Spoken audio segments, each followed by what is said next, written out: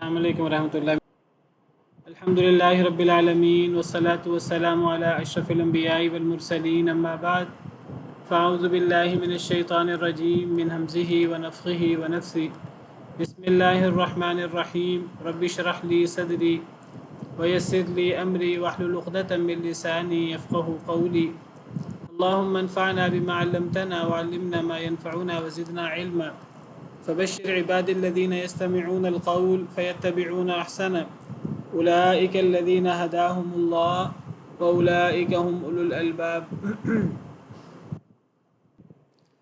قد مكر الذين من قبلهم فأتى الله بنيانهم من القواعد فخر عليهم السقف من فوقهم۔ اسکرین نظر نہیں آ رہا۔ قد مکر الذین من قبلہم، تحقیق مکر کیا تھا ان لوگوں نے جو ان سے پہلے تھے۔ فأتی اللہ بنیانہم من القواعد، تو اللہ آئے ان کی عمارت کو من القواعد، اس کی بنیادوں سے۔ فخر علیہم السقف من فوقہم، پس گر پڑی ان کے اوپر چھت، من فوقہم ان کے اوپر سے۔ وَأَتَاهُمُ الْعَذَابُ مِنْ حَيْثُ لَا يَشْعُرُونَ، اور آ گیا ان کے پاس عذاب وہاں سے جہاں سے وہ شعور بھی نہ رکھتے تھے، جہاں سے وہ امید بھی نہ رکھتے تھے۔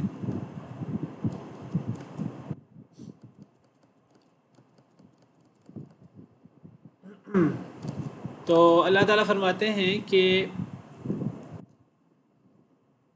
اللہ تعالیٰ نے مشرکین کا ذکر کیا، پچھلے لیکچر میں ہم نے پڑھا کہ کس طرح وہ شرک کرتے تھے، اور جو سیدھے سادے دلائل ہیں توحید کے، توحید الوہیت کے، بڑے واضح دلائل، ان دلائل پر وہ غور اس لیے نہیں کرتے کہ وہ ویسے ہی منکر ہیں، وہ ماننا ہی نہیں چاہتے۔ جب وہ ماننا ہی نہیں چاہتے، دل ان کے ویسے ہی انکار کیے ہوئے ہیں، تو گویا کہ ایسے لوگ تکبر کرنے والے ہیں۔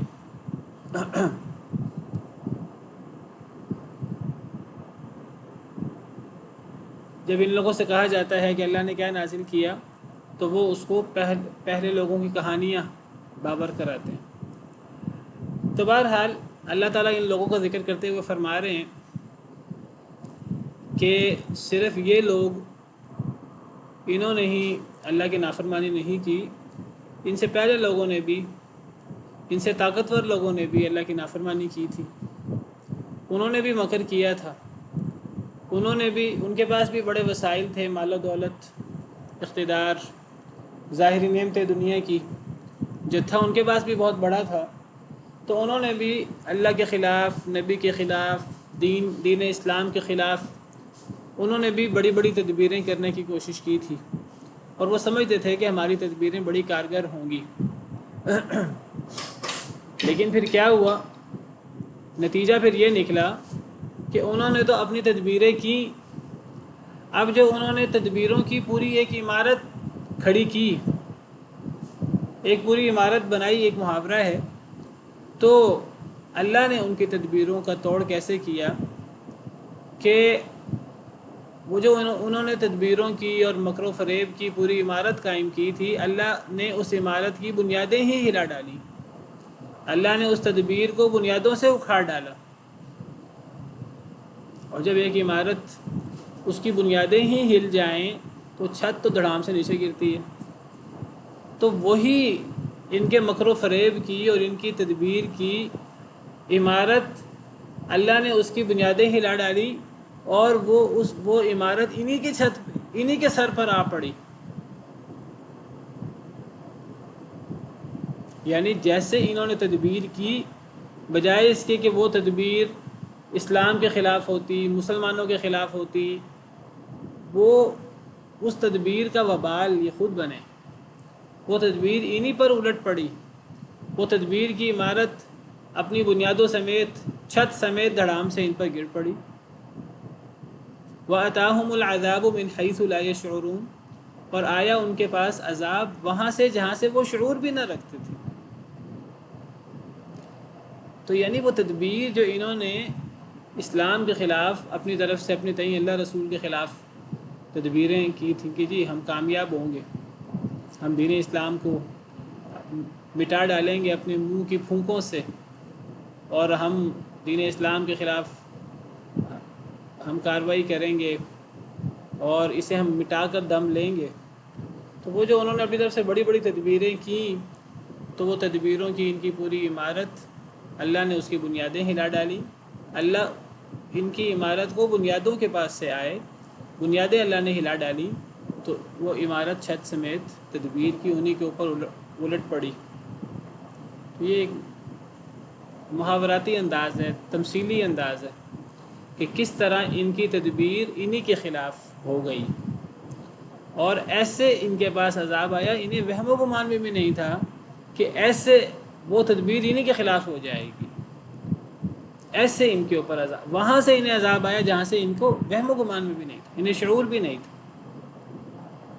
دیکھیے جب بھی کوئی شخص اسلام کے خلاف چال چلتا ہے، مسلمانوں کے خلاف تدبیر کرتا ہے، لوگوں کو اللہ کے دین سے روکنے کی کوشش کرتا ہے، اس کے لیے رقم، پیسہ، تدبیریں الٹی سیدھی اپنے دنیاوی وسائل استعمال کرتا ہے، تو اپنی طرف سے تو وہ بڑی تدبیر کرتا ہے، لیکن اسے پتہ نہیں ہوتا کہ وہ اپنی طرف سے وہ اسلام کے خلاف یا مسلمانوں کے خلاف وہ تدبیر کر رہا ہوتا ہے۔ اسلام اور مسلمانوں کی بیک پر تو اللہ رب العالمین ہے، اللہ رب العالمین مدد کرنے والے ہیں، اسلام اللہ کا دین ہے، مسلمان اللہ کے بندے ہیں۔ تو جب اللہ کی طرف سے مدد آتی ہے، تو جب مہلت ختم ہو جاتی ہے، تو وہ تدبیر انہوں نے بہت زبردست تدبیر کی ہوتی ہے، وہ تدبیر انہی کے خلاف استعمال ہو جاتی ہے۔ اس کی ایک مثال ہو سکتی ہے یہ والی کہ جس طرح امریکہ افغانستان کو اتنا عرصہ آیا اور اینڈ پہ آگے سے دوڑ کے جانا پڑا، تو اس نے تدبیر اتنی کی اور آگے پیسہ ٹائم سارا ہو جاتا۔ یہ ایک مثال نہیں، اس طرح کی تو سینکڑوں مثالیں اگر ہم غور کریں تو دیکھیے سیدنا عیسیٰ علیہ السلام کے بارے میں یہود بدبختوں نے حضرت عیسیٰ کو ولد الزنا کہا، حضرت مریم پر الزام لگایا، اور حضرت عیسیٰ کو بادشاہ کے ذریعے انہوں نے شہید کرانے کی کوشش کی۔ اللہ فرماتے ہیں وَمَكَرُوا وَمَكَرَ اللَّهُ وَاللَّهُ خَيْرُ الْمَاكِرِينَ، انہوں نے مکر کیا، اللہ نے تدبیر کی، اور اللہ بہترین تدبیر کرنے والے ہیں۔ تو اپنی طرف سے وہ حضرت عیسیٰ کو سولی دلوانا چاہتے تھے، لیکن وہ حضرت عیسیٰ کی شکل کسی پر ڈال دی گئی، تو انہوں نے اس کو قتل کر دیا، اس کو سولی دے دی اپنے ہی بندے کو۔ تو اپنے وہ داؤ میں اور اپنی تدبیر میں وہ کامیاب نہیں ہو سکے۔ اسی طرح وہ جو قوم سمود کے لوگ تھے، تو 9 ان میں ڈاکو گروہ تھے، وَكَانَ فِي الْمَدِينَةِ 9 رَهْطٌ يُفْسِدُونَ فِي الْأَرْضِ وَلَا يُصْلِحُونَ، شہر میں 9 جماعتیں تھیں جو فتنہ فساد کرنے والے تھے، اصلاح نہیں کرتے تھے۔ تو ان 9 وہ جو گینگ تھے، انہوں نے کہا کہ یہ سالے جو ہے نا، یہ بہت ہی زیادہ یہ اب سر پہ چڑھ گئے ہیں، اب انہوں نے تو 3 دن کے بعد عذاب کا بھی انہوں نے جو ہے وہ سنا دیا ہے، تو اب راتوں رات جو ہے نا 9 گروہ انہوں نے اکٹھ کیا، قسمیں اٹھائیں انہوں نے، قالوا تقاسموا باللہ لنبیتنہ واہلہ، انہوں نے قسمیں اٹھائیں، انہوں نے کہا راتوں رات ہم حملہ کر ڈالیں گے حضرت صالح اور ان کے گھر والوں پر علیہ السلام۔ ثم لنقولن لولیہ ما شہدنا مہلک اہلہ، اگر حضرت صالح کے گھر والے اور ان کے خاندان والے کہیں گے کس نے قتل کیا ہے، تو ہم کہہ دیں گے کہ ہمیں تو پتہ ہی نہیں، ہم تو ان کی ہلاکت کے وقت ہم موجود ہی نہیں تھے، ہم تو کہیں اور تھے، وَإِنَّا لَصَادِقُونَ، ہم سچ کہہ رہے ہیں۔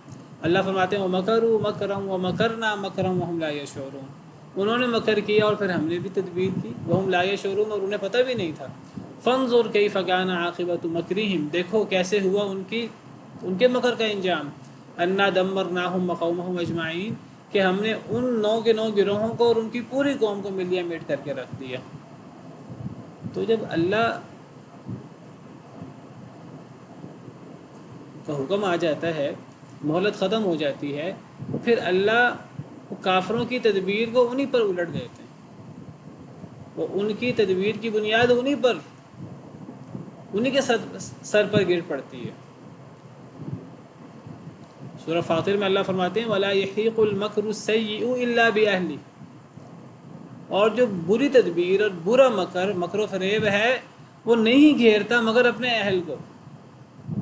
یہ ایک محاورہ قرآن نے استعمال کیا کہ جو لوگ بری تدبیر کرتے ہیں، برا مکر و فریب کرتے ہیں، تو یہ برا مکر و فریب جو کرنے والے ہیں وہی جو کسی دوسرے کے لیے شکنجہ کستا ہے، وہ اس شکنجے میں خود وہ پھنستا ہے۔ وَلَا يَحِيقُ الْمَكْرُ السَّيِّئُ إِلَّا بِأَهْلِهِ، ہم اردو میں محاورہ استعمال کرتے ہیں تو جس کے لیے گڑھک ہوتا ہے وہ خود اس میں جا گرتا ہے۔ تو یہ محاورہ قرآن کریم میں موجود ہے، قرآن کریم کی بہت ساری آیات سے ثابت ہے۔ ایک آیت کریمہ میں تو ہم پیچھے پڑھ آئے ہیں، سورہ ابراہیم میں اللہ تعالیٰ فرماتے ہیں کہ یہ لوگ تدبیریں کرتے رہتے ہیں، یہ تدبیریں کرتے رہیں گے، وعند اللہ مکرہم، ان کی تدبیریں اللہ کے پاس ہیں، اللہ کو پتہ ہے ان کی تدبیروں کا۔ وَإِن كَانَ مَكْرُهُمْ لِتَزُولَ مِنْهُ الْجِبَالُ، اگرچہ ان کی تدبیریں وہ اتنی بڑی کیوں نہ ہوں کہ جس سے پہاڑ ایک جگہ سے دوسری جگہ زائل ہو جائیں، اتنی بڑی لوگ تدبیر کریں، اتنی بڑی چال چلیں کہ پہاڑ ایک جگہ سے دوسری جگہ منتقل ہو جائے، لوگ اتنی بڑی چال چلیں تو اللہ تعالیٰ اس چال کو انہی لوگوں پر الٹا دیتے ہیں۔ یہاں وہی بات اللہ نے فرمائی ہے۔ تو مقصد کیا ہے؟ مقصد یہ ہے کہ یہ جو مشرکین ہیں اور یہ جو مخالفین ہیں نبیوں کے، اور یہ جو اصل میں شبہات پیدا کرتے رہتے ہیں توحید کے خلاف، تو یہ لوگ جو ہیں یہ دین اسلام کے خلاف چالیں چلتے رہتے ہیں۔ اللہ فرماتے ہیں پچھلے لوگوں نے بھی چالیں چلی تھیں بہت زیادہ، پچھلے لوگ زیادہ مالدار تھے، زیادہ طاقتور تھے، زیادہ جتھا تھا ان کے پاس، زیادہ بڑا اقتدار تھا، زیادہ صلاحیتیں اللہ نے دی تھی، لیکن اس کے باوجود پچھلے لوگوں نے بڑی چالیں چلی اسلام کے خلاف، مسلمانوں کے خلاف، نبیوں کے خلاف، اللہ کے خلاف اپنے تئیں، تو اللہ نے ان کی چالوں کو ان پر الٹا دیا۔ تو یہ اپنی چالوں میں کیسے کامیاب ہوں گے؟ آخرکار یہ بھی ذلیل ہو کر رہیں گے، یہ مراد ہے۔ ثم یوم القیامت یخزیہم، پھر قیامت کے دن اللہ انہیں رسوا کریں گے۔ ویقول، اور اللہ کہیں گے، این شرکائی الذین کنتم تشاقون فیہم، کہاں ہیں میرے شریک جن کے بارے میں تم اختلاف کیا کرتے تھے؟ یعنی اللہ فرماتے ہیں دنیا میں یہ جو اللہ رب العالمین اور اللہ کے نبیوں کی باتوں کو نہ ماننے والے لوگ تھے، آگے سے شبہات پیدا کرنے والے لوگ، الٹے سیدھے خود بھی نہیں مانتے تھے، دوسروں کو بھی روکتے تھے۔ نہ ماننے کی وجہ یہ نہیں تھی انہیں سمجھ نہیں آتا تھا، باتیں ساری سمجھ میں آتی تھی، لیکن اصل میں ان کے دلوں میں انکار موجود تھا، بغاوت موجود تھی۔ تو اب جب انہوں نے چالیں چلی تو اللہ کہتے ہیں دنیا میں اللہ نے ان کی چالوں کو انہی پر الٹا دیا، اور اپنی چالوں کا وہ خود شکار ہو گئے۔ انہیں وہاں سے اللہ کا عذاب آیا جہاں سے انہیں شعور بھی نہیں تھا، اور یہ تو دنیا کا عذاب ہے۔ اللہ فرماتے ہیں پھر قیامت کے دن، اصل عذاب تو قیامت کے دن ہوگا، اور قیامت کے دن اللہ انہیں رسوا کریں گے۔ بات ساری چل رہی ہے توحید اور شرک کے ضمن میں، تو اللہ فرماتے ہیں کہ قیامت کے دن اللہ انہیں رسوا کریں گے، اور اللہ انہیں کہیں گے کہاں ہیں میرے شریک وہ جن کے بارے میں تم اختلاف کیا کرتے تھے؟ تو اللہ کہیں گے کہ دنیا میں بھی تم اختلاف کرتے تھے توحید کے بارے میں، تم شرک کرتے تھے، تو قیامت کے دن بھی اللہ انہیں رسوا کریں گے، اور اللہ کہیں گے کہ بتاؤ میرے شریک کہاں ہیں جن کو تم شریک بنایا کرتے تھے، جن کے بارے میں تم اختلاف کرتے تھے، جھگڑے کرتے تھے۔ قال الذين اوتوا العلم ان الخزي اليوم والسوء على الكافرين، تو کہیں گے وہ لوگ جو علم دیے گئے، ان الخزي اليوم، بے شک رسوائی آج کے دن، والسوء، اور برائی، برا عذاب، علی الکافرین، کافروں پر ہے۔ تو اللہ فرماتے ہیں دنیا میں بھی ان کی چالیں تباہ ہوں گی، دنیا میں بھی ان کی چالیں کارگر نہیں ہوں گی، دنیا میں یہ مخالفتیں کریں گے، اپنا مال و دولت استعمال کریں گے، اپنی ساری صلاحیتیں استعمال کریں گے اسلام مسلمانوں کے خلاف، لیکن مغلوب بھی یہی ہوں گے، نقصان بھی انہی کا ہوگا۔ اور ان کی تدبیر انہی پر آ پڑے گی، اور آخرت میں بھی انہی کی رسوائی ہوگی، اور آخرت میں اللہ ان سے کہیں گے میرے شریک کہاں ہیں جن کے بارے میں تم اختلاف کیا کرتے تھے؟ کوئی جواب نہیں ہوگا ان کے پاس۔ جب اللہ آخرت میں پوچھیں گے کہ دنیا میں تم نے شریک بنا رکھے تھے میرے شریک کہاں ہیں، آج ذرا ان سے کہو تمہاری مدد کریں، تو خاموش ہوں گے، وہ کوئی جواب نہیں دیں گے۔ تو پھر اس وقت اہل علم پکار اٹھیں گے، اس وقت علماء پھر گواہی دیں گے۔ کیا گواہی دیں گے، کیا بولیں گے، کیا کہیں گے؟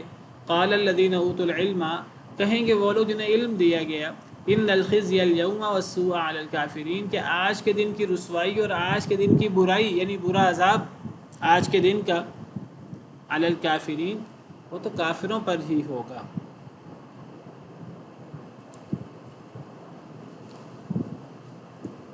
یہاں اہل علم کی بات کی ہے کہ اہل علم کہیں گے آج کے دن کی رسوائی اور آج کے دن کا عذاب کافروں پر ہے۔ تو اس سے پتہ لگتا ہے کہ وہ جو قیامت کے دن بڑا مشکل مرحلہ ہوگا، جس قیامت کے دن اللہ بہت ناراض ہوں گے، خاص طور پر اپنے نافرمانوں سے اور مشرکین سے۔ تو جب اللہ ناراض ہوں گے قیامت کے دن، تو اس وقت تو سب لوگ ڈر رہے ہوں گے، سب لوگ خوف میں ہوں گے، کسی کو جرت نہیں ہوگی بات کرنے کی۔ لیکن اس وقت اگر بات کرنے کی جرت کوئی کرے گا تو وہ کون کرے گا؟ اہل علم۔ اہل علم پکار اٹھیں گے قیامت کے دن کہ آج کے دن کی رسوائی اور آج کے دن کا عذاب کافروں پر ہے۔ اس سے اہل علم کی فضیلت ثابت ہوتی ہے۔ یعنی دنیا میں بھی اہل علم کا کام ہے کہ دنیا میں اگر کوئی فتنہ ہو، دنیا کے اندر اگر کوئی خرابی ہو، دنیا کے اندر اگر کافر لوگ کوئی غلط معاملہ کریں، غلط تدبیریں کریں، کوئی فتنہ بپا کریں، کوئی سازشیں کریں، تو دنیا میں بھی اہل علم کا کام ہے کہ اس فتنے کا سد باب کریں۔ اور اہل علم کا مقام تو یہ ہے کہ قیامت کے دن بھی اہل علم اللہ کے جو وعدے ہیں ان کو دہرائیں گے اور کہیں گے کہ آج کے دن کی رسوائی اور آج کے دن کا عذاب تو کافروں پر ہے۔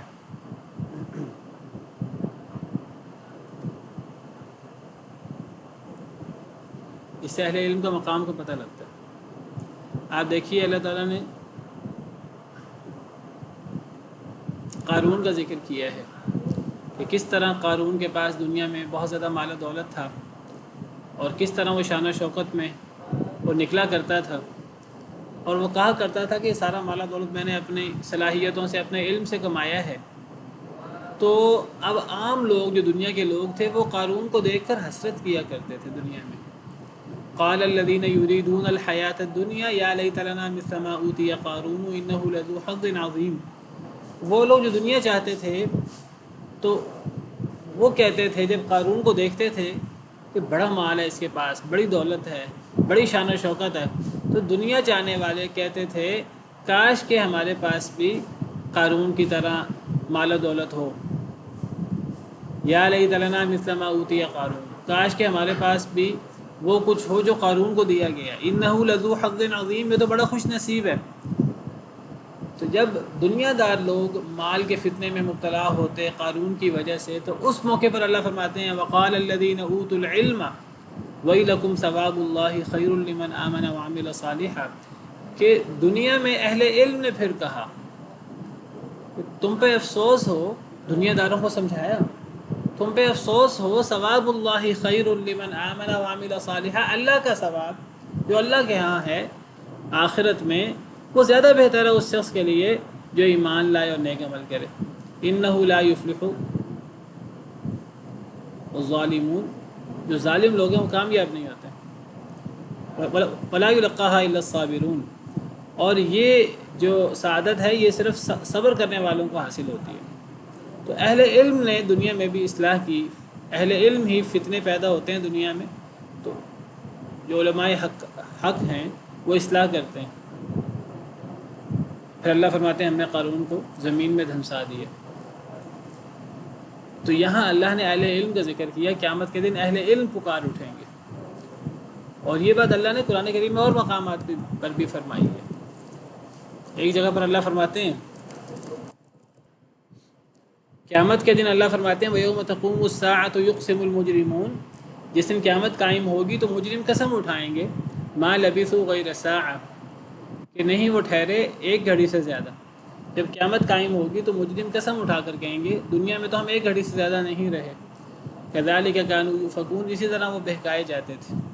وَقَالَ الَّذِينَ أُوتُوا الْعِلْمَ وَالْإِيمَانَ، اللہ فرماتے ہیں کہ جب یہ مجرم کہیں گے قیامت کے دن کہ دنیا میں تو ہم ایک پل سے زیادہ نہیں ٹھہرے، ایک گھڑی سے زیادہ نہیں ٹھہرے، تو اس وقت اہل علم اور اہل ایمان کہیں گے لقد لبثتم فی کتاب اللہ الی یوم البعث، البتہ تم ٹھہرے رہے ہو اللہ کی کتاب کے مطابق، اللہ کے حساب کے مطابق بعث کے دن تک۔ فہذا یوم البعث، پس یہ بعث کا دن ہے، ولکنکم کنتم لا تعلمون، لیکن تم جانتے نہیں۔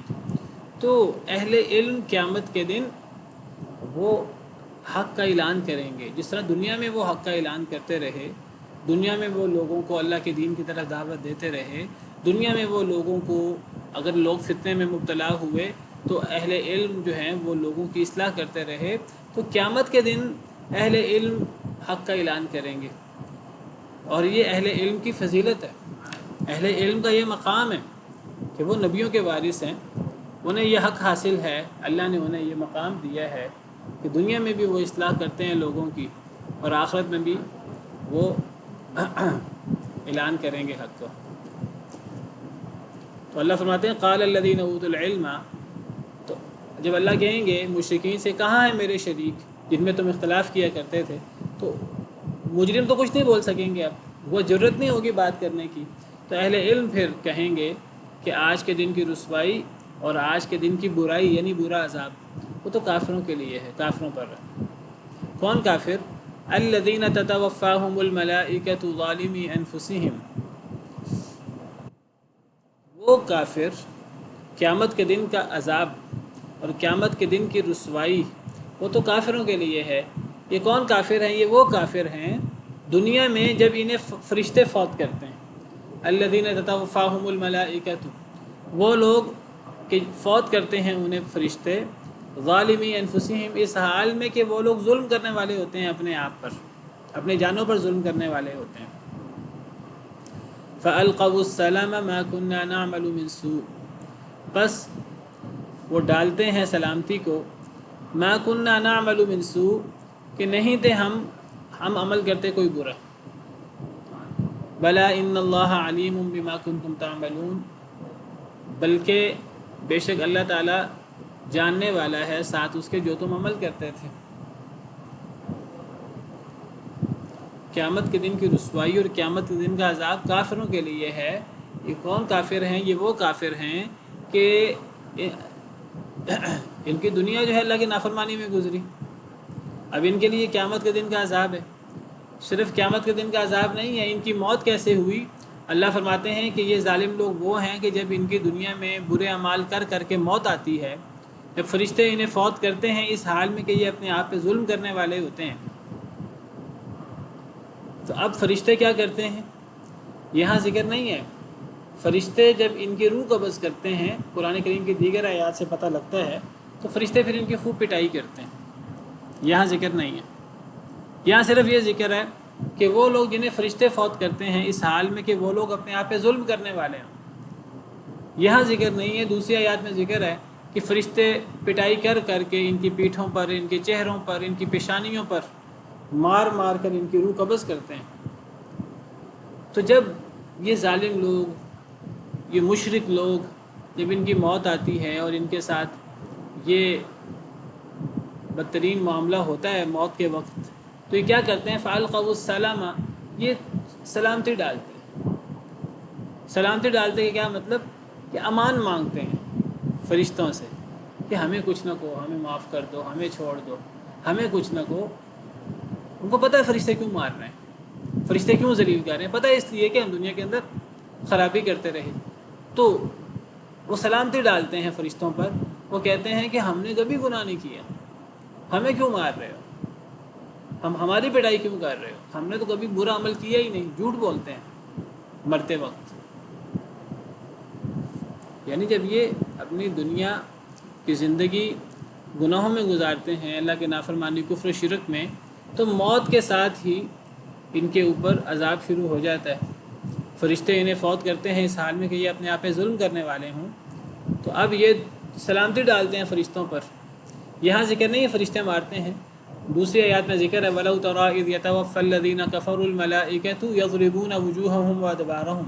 اے نبی کاش کہ آپ دیکھیں کہ جب فرشتے کافروں کو فوت کرتے ہیں یضربون وجوہہم وادبارہم، تو فرشتے ان کے چہروں کو بھی مارتے ہیں، ان کی پشتوں کو بھی مارتے ہیں، پشتوں پر بھی مارتے ہیں، پیٹھوں پر بھی مارتے ہیں، چہروں پر بھی مارتے ہیں.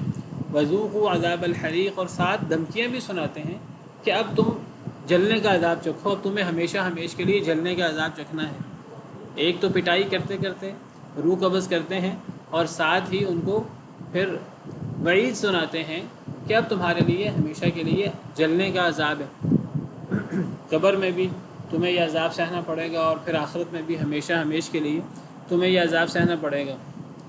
تو جب فرشتے ان ظالموں کو فوت کرتے ہیں، تو فرشتے جب ان کے ساتھ یہ سلوک کرتے ہیں پٹائی والا، درست رویہ رکھتے ہیں، تو پھر یہ فرشتوں کے سامنے سلامتی ڈالتے ہیں، صلح کا پیغام ڈالتے ہیں، اور جھوٹ بول کے کہتے ہیں ما کننا نعمل من سوء، نہیں تھے ہم عمل کرتے کوئی برا، ہم نے تو زندگی میں کوئی برا عمل کیا ہی نہیں.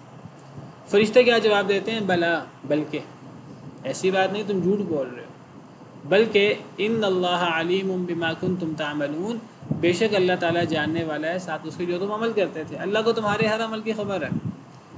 اور یہ جو فرشتے ہیں، یہ فرشتے ان کے اعمال لکھ رہے ہوتے ہیں کرامن کاتبین. تو فرشتے کہتے ہیں تم جھوٹ بول رہے ہو کہ جی ہم نے کبھی گناہ کیا ہی نہیں، تم اس مار پٹائی کے، اس سزا کے تم مستحق ہو.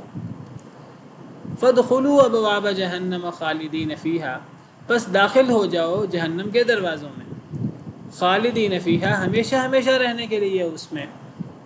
فَلَبِئْسَ مَثْوَى الْمُتَكَبِّرِينَ، بس البتہ بہت برا ہے ٹھکانہ تکبر کرنے والوں کی. اب صرف یہاں ذکر نہیں ہے، میں نے کہا کہ یہاں محذوف ہے، فرشتے ان کی پٹائی کرتے ہیں، چہروں پر پشتوں پر مارتے ہیں، برے طریقے سے ان سے بات کرتے ہیں، بڑے برے طریقے سے ان کے ساتھ پیش آتے ہیں. آگے سے کفار جن کی روح قبض ہو رہی ہوتی ہے وہ آگے سے سلامتی ڈالتے ہیں، دعائیاں دیتے ہیں، ہم نے کبھی گناہ ہی نہیں کیا، ہمیں کیوں مار رہے ہو؟ فرشتے آگے سے جواب دیتے ہیں کہ تم غلط کہتے ہو، تم نے کوئی گناہ نہیں کیا، اللہ تمہارے اعمال سے بخوبی واقف ہے، تمہارے اعمال، گنہونے اعمال، وہ اللہ کو بخوبی علم ہے. ساتھ ساتھ فرشتے ان کے روح قبض کرتے ہیں، ان کی پٹائی کرتے ہیں، ساتھ ساتھ وعید سناتے ہیں کہ اب تمہارے لیے آگے بھی کوئی خیر نہیں ہے. ابھی تو ہم تمہارے ساتھ جو رویہ رکھ رہے ہیں وہ رکھ رہے ہیں، آگے بھی تمہارے لیے کوئی خیر نہیں ہے، اب تم جہنم کے دروازوں میں داخل ہو جاؤ. خالدین فیہا، ہمیشہ ہمیشہ رہنے کے لیے اس میں، یعنی مرنے کے ساتھ ہی عذاب شروع ہو جاتا ہے. جہنم کے دروازوں میں داخل ہو جاؤ یعنی عذاب سے کنایہ ہے. اصل میں فا جو ہے یہ فوری بات کے لیے آتا ہے. اب فرشتے روح قبض کر رہے ہیں، اور روح قبض کرتے ہوئے ساتھ ہی کہتے ہیں جہنم میں داخل ہو جاؤ، جہنم کے دروازوں میں داخل ہو جاؤ. کیا مراد ہے اس سے؟ کیا کافر مرنے کے ساتھ ہی جہنم میں چلے جاتے ہیں؟ جہنم کے دروازوں میں داخل ہو جاؤ یعنی عذاب مرنے کے ساتھ شروع ہو جاتا ہے، قبر کا عذاب. اور میں پہلے بتا چکا ہوں کئی مرتبہ کلاس میں کہ قبر یہ آخرت کی منزلوں میں سے پہلی منزل ہے. یعنی دیکھیں ہم کہتے ہیں ایک دنیا ہے اور ایک آخرت ہے، دو زندگی ہیں نا، درمیان میں ایک قبر بھی تو ہے. قبر کیا ہے؟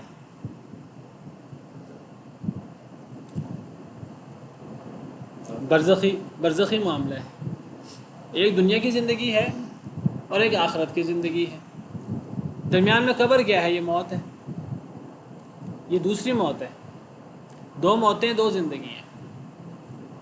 پہلی زندگی کون سی ہے؟ جو ہم اب گزار رہے ہیں، دنیا میں جو لوگ زندگی گزارتے ہیں سارے لوگ.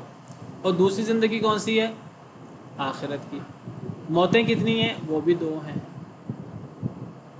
دو موتیں کیسے ہیں؟ ایک موت جو دنیا اور آخرت کی زندگی کے درمیان ہے،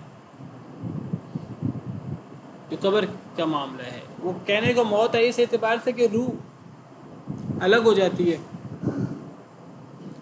اگرچہ روح کا ایک حد تک اتصال رہتا ہے جسم کے ساتھ، قبر میں بھی عذاب ہوتا ہے، نعمتیں بھی ہوتی ہیں، وعلیکم السلام، اگرچہ روح جو ہے وہ تو اعلیٰ علیین میں ہوتی ہے نیک لوگوں کی، اللہ ہمیں ان لوگوں میں شامل کرے، یا سجین میں ہوتی ہے، لیکن اس روح کا ایک تعلق کسی حد تک اللہ کو پتہ ہے وہ کیسے ہوتا ہے، وہ ہوتا ہے قبر میں عذاب ہوتا ہے، لیکن وہ جو معاملہ قبر کا اس کو برزخی معاملہ کہتے ہیں، جس طرح اللہ قرآن میں برزخی زندگی کہتے ہیں، جس طرح اللہ قرآن میں فرماتے ہیں وَمِن وَرَائِهِمْ بَرْزَخٌ إِلَى يَوْمِ يُبْعَثُونَ، کہ اب مرنے کے بعد اب برزخ ہے بعث کے دن تک، جس دن تک یہ اٹھائے جائیں گے، یعنی دنیا کی زندگی موت کے بعد اب برزخی معاملہ ہے جب تک دوسری زندگی شروع ہونی ہے قیامت کی۔ اب یہ برزخی معاملہ ہے، اس کو موت سے تعبیر بھی کیا گیا ہے، اور ویسے اس کو برزخی زندگی بھی کہہ دیا جاتا ہے، زندگی اس اعتبار سے کہ اس میں جو نعمتیں ہیں، جو عذاب ہوتا ہے، اگرچہ یہ نعمتیں اور عذاب اس طرح کا نہیں ہے جس طرح کر کے جنت کی نعمتیں ہیں یا جہنم کا عذاب ہے، یہ اس سے اللہ کو پتہ ہے بہتر، یہ اس سے کم تر ہے، اس سے ہلکا ہے، لیکن بہرحال یہ بھی ایک عذاب ہے اور یہ بھی نعمتیں ہیں۔ اس کو موت سے تعبیر بھی کیا گیا اور برزخی معاملات سے بھی، برزخی زندگی سے بھی۔ تو یہ موت ہے، دوسری موت ہے، اور پہلی موت کون سی ہے؟ جی یہ ہماری دنیا کی زندگی سے پہلے عالم ارواح کہہ لیں آپ، جیسے اللہ فرماتے ہیں سورہ بقرہ میں کیف تکفرون باللہ وکنتم امواتا فاحیاکم، تم اللہ کے ساتھ کفر کیسے کر سکتے ہو، تم مردہ تھے، اللہ نے تمہیں زندہ کیا، ثم یمیتکم، پھر اللہ تمہیں ماریں گے، ثم یحییکم، پھر اللہ تمہیں زندہ کریں گے، ثم الیہ ترجعون، پھر تم اللہ کی طرف لوٹائے جاؤ گے۔ پہلے موت پھر زندگی، پھر موت پھر زندگی، دو موتیں دو زندگی ہیں۔ تو گویا کہ یہ جو قبر کا معاملہ ہے یہ کہنے کو موت ہے، لیکن اگر اس کو ملایا جائے، یہ پہلی زندگی کے ساتھ ملایا جائے گا، دوسری زندگی سے ملایا جائے گا، اس کا زیادہ تعلق دوسری زندگی کے ساتھ۔ یہ قیامت کی منزلوں میں سے پہلی منزل ہے۔ حضرت عثمان، میں ذکر کر رہا تھا کہ قبر کی زندگی کو، قبر کے معاملے کو، برزخی زندگی ہے یا موت ہے دوسری، اس قبر کے معاملے کو اگر ہم پہلی زندگی یا دوسری زندگی کے ساتھ ملانا چاہیں تو یہ کس کے زیادہ قریب ہے؟ کہ دوسری زندگی کے، آخرت کے زیادہ قریب ہے۔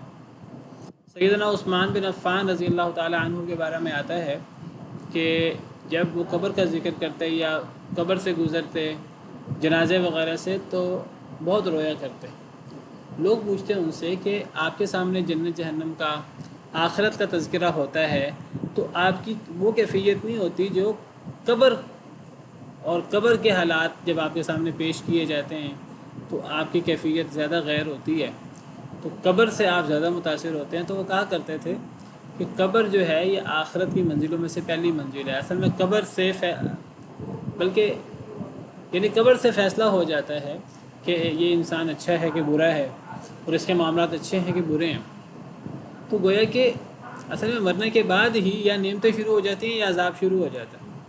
ہاں یہ وہ نعمتیں اور وہ عذاب نہیں ہے جو جنت کی نعمتیں ہیں یا جہنم کا عذاب ہے، یہ اس سے فرق ہے، لیکن بہرحال یہ عذاب ہے اور یہ نعمتیں ہیں، اور یہ عذاب قبر برحق ہے، یہ قرآن سے ثابت ہوتا ہے۔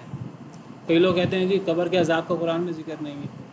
قرآن تو کہہ رہا ہے کہ جیسے ہی یہ مرتے ہیں تو فرشتے انہیں وعید سنا دیتے ہیں کہ فوری کے لیے آتا ہے، بس داخل ہو جاؤ جہنم کے دروازوں میں، خالدین فیہا، ہمیشہ ہمیشہ رہنے کے لیے، یعنی ساتھ فرشتے پٹائی کر رہے ہیں، ساتھ ذلیل رسوا کر رہے ہیں، برا بلا کہہ رہے ہیں، اور ساتھ ہی وہ مرنے کے ساتھ ہی جو ہے وہ عذابوں کی وعید سنا رہے ہیں، اور وہ کہتے ہیں اب یہ عذاب اب چلتے رہیں گے، اب عذاب ختم نہیں ہوں گے۔ اب وہ جہنم کے دروازوں میں داخل ہوتے ہیں قبر میں جا کر، ممکن ہے اسے یہی مراد ہو، اللہ بہتر جانتے ہیں کہ جب آپ، ہمیں پتہ ہے احادیث مبارکہ سے پتہ لگتا ہے کہ جب کافر لوگ قبر میں دفنایا جاتا ہے ان کو، تو قبر ان کے لیے جہنم سے دروازہ کھل جاتا ہے، اور نیک لوگوں کے لیے کیا ہوتا ہے؟ جنت سے دروازہ کھل جاتا ہے، جنت کے بستر بچھا دیے جاتے ہیں اور وہ سو جاتا ہے جیسے دلہن سو جاتی ہے، نم کا نومت العروس۔ فرشتے آتے ہیں پہلے، اور فرشتے منکر نکیر، اور وہ سوال پوچھتے ہیں 3، نیک ہو تو وہ ساری تفصیل آپ نے پڑھ رکھی ہے۔ تو گویا کہ قبر کے اندر یہ معاملہ شروع ہو جاتے ہیں۔ فرعون اور آل فرعون کے بارے میں تو اللہ فرماتے ہیں کہ النار یعرضون علیہا غدوا وعشیا، صبح شام آگ پر پیش ہوتے ہیں قبر میں، یعنی وَيَوْمَ تَقُومُ السَّاعَةُ أَدْخِلُوا آلَ فِرْعَوْنَ أَشَدَّ الْعَذَابِ، اور جب قیامت قائم ہوگی تو کہا جائے گا اب زیادہ سخت عذاب میں داخل ہو جاؤ۔ تو فَادْخُلُوا أَبْوَابَ جَهَنَّمَ خَالِدِينَ فِيهَا، فرشتے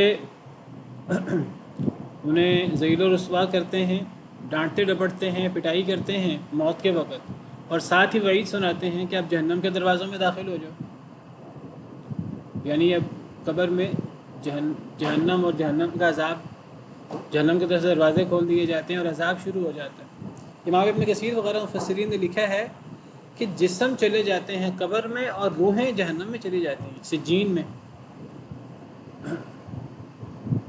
جو اسفل سافلین اور جہنم کا گھڑا ہے والعیاذ باللہ۔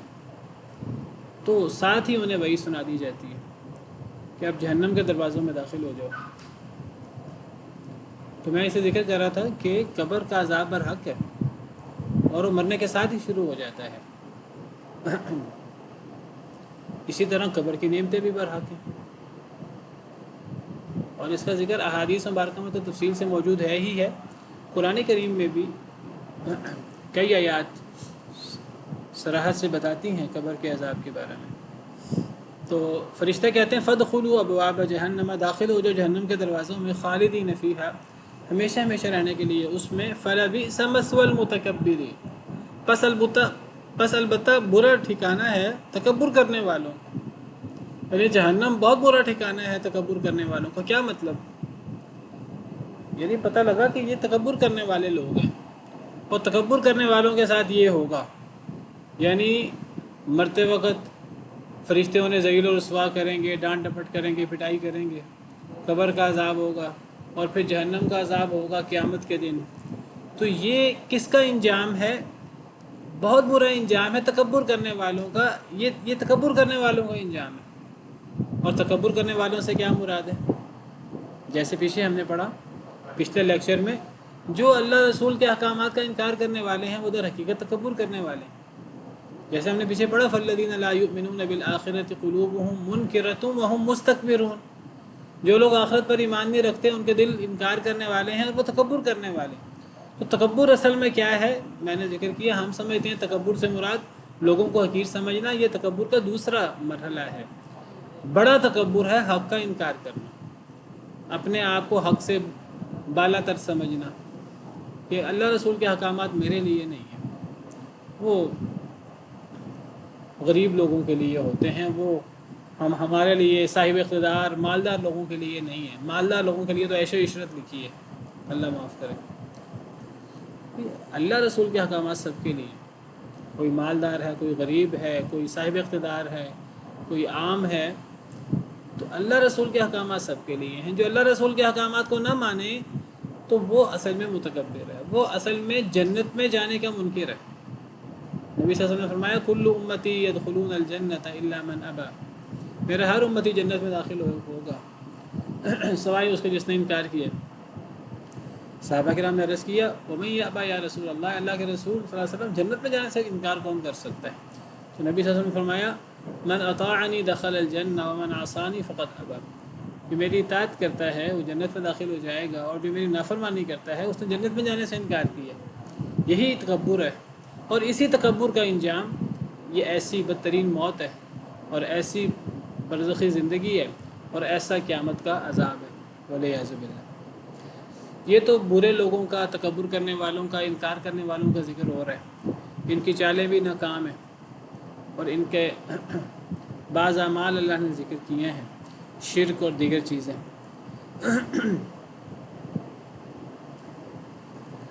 وقیل للذین اتقوا ماذا انزل ربکم، اور کہا جاتا ہے ان لوگوں کے لیے جو ڈرتے رہے، ماذا انزل ربکم، کیا نازل کیا ہے تمہارے رب نے۔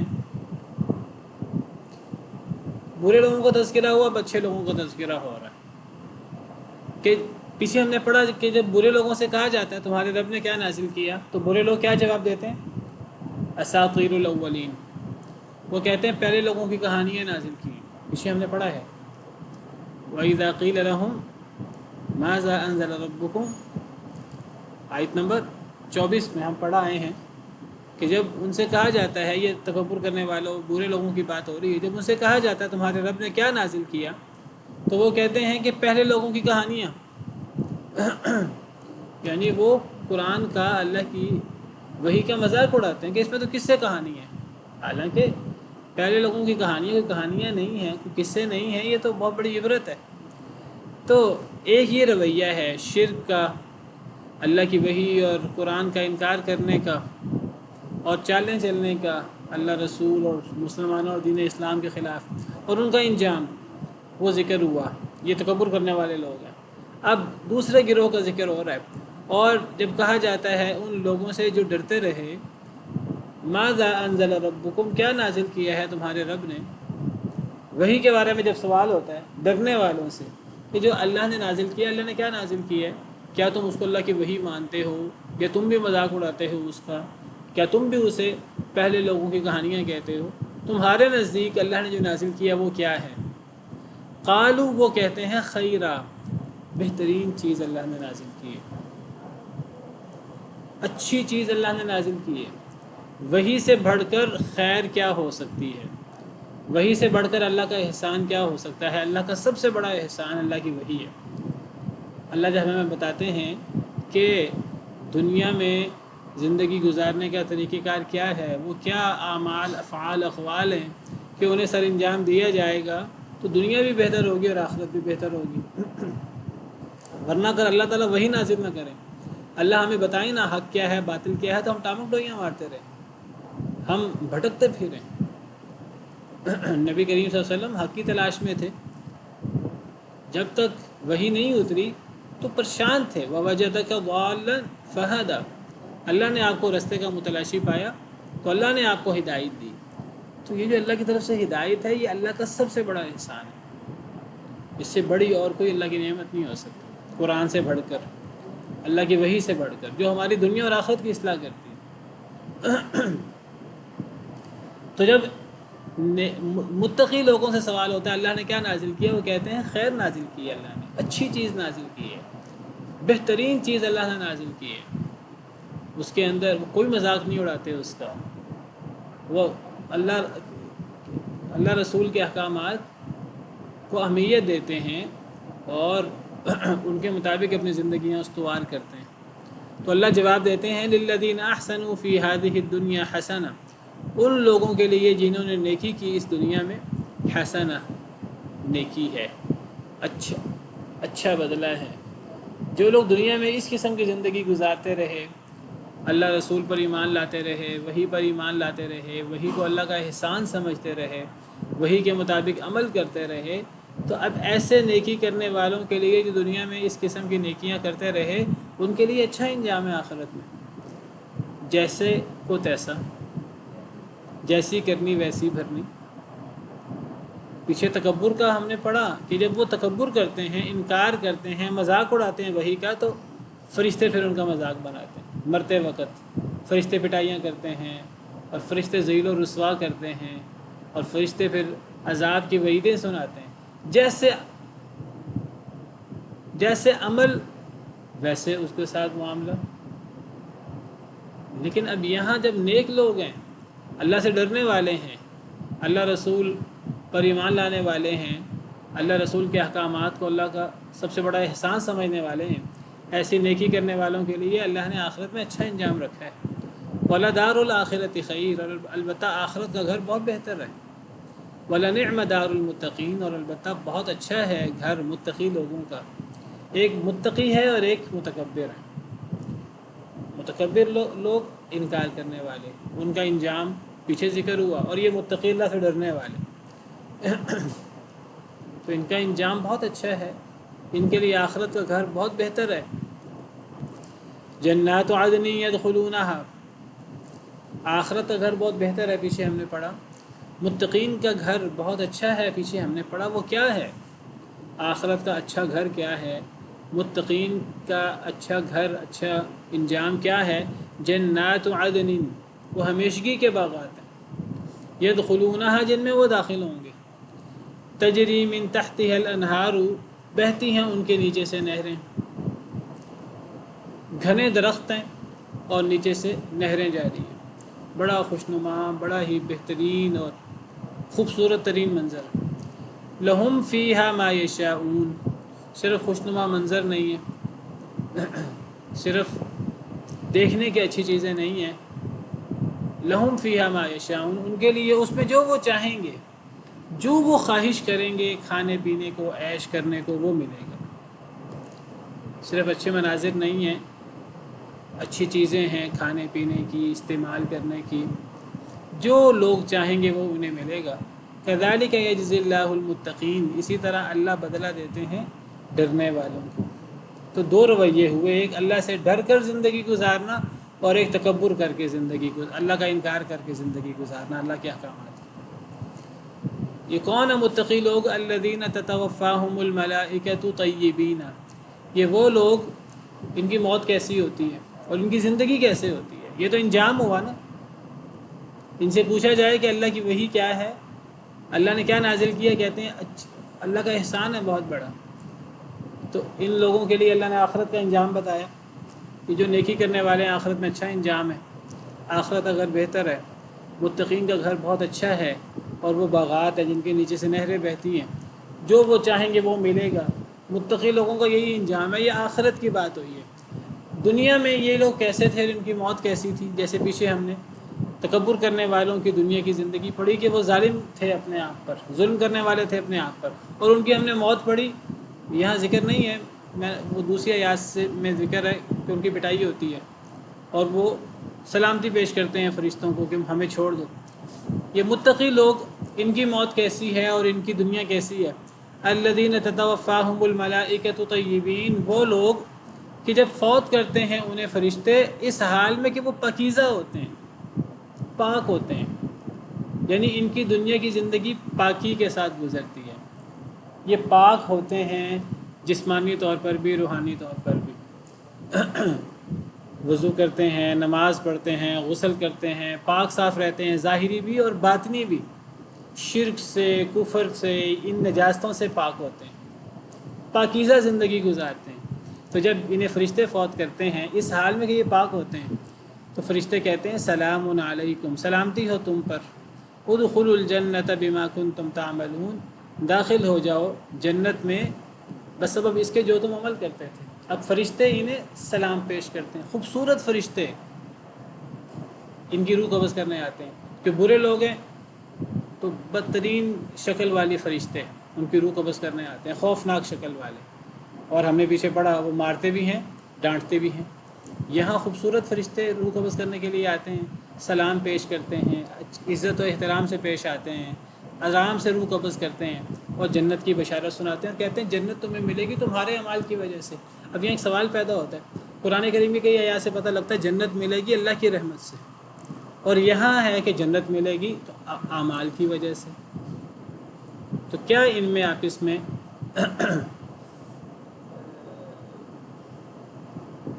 کیسے اس مسئلے کو حل کریں گے کہ جنت اعمال کی وجہ سے ملے گی کہ اللہ کی رحمت سے؟ وقت ختم ہو گیا ہے۔ اس کا جواب یہ ہے کہ اللہ کی رحمت سے ملے گی، اور اللہ کی رحمت جوش آئے گی ہمارے نیک اعمال کو دیکھ کر۔ چلیں اتنا ہی کافی ہے، باقی انشاءاللہ کل۔ سبحان ربک رب العزت عما یصفون وسلام علی المرسلین والحمد للہ رب العالمین۔